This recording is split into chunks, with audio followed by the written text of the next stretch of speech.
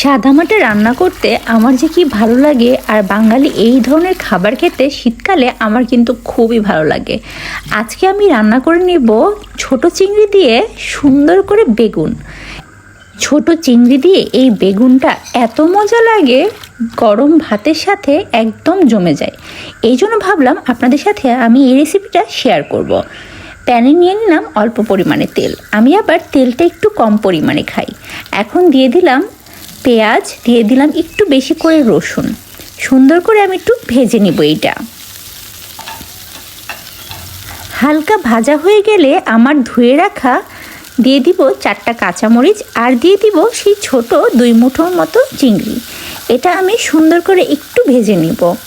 চিংড়ি মাছটাকে তো আমার বরাবরই খুব পছন্দ, আর এই ছোট চিংড়ি দিয়ে যে কোনো তরকারি অনেক মজা লাগে। বেগুন কার কার পছন্দ?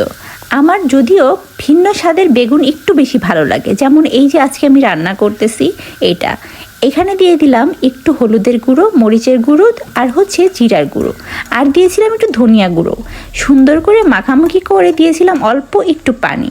যখন এটা কষে এসেছে আমার ধুয়ে রাখা বেগুনগুলা কিন্তু আমি দিয়ে দিচ্ছি এক এক করে।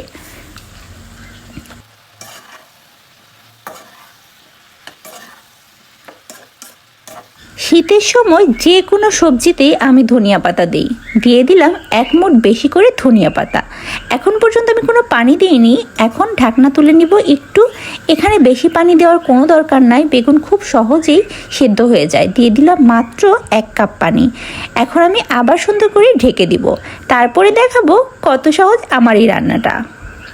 এই যে অলরেডি ধোয়া উঠে গেছে, বলক উঠে গেছে, কি যে সুন্দর একটা গ্রান বের হয়েছিল। আমার বেগুন চিংড়ি কিন্তু একদম রেডি ভাত দিয়ে খাওয়ার জন্য। আপনারা কিন্তু এই রেসিপিটা অবশ্যই বাসায় ট্রাই করবেন এবং আমার video like and comment share করবেন। আল্লাহ হাফেজ।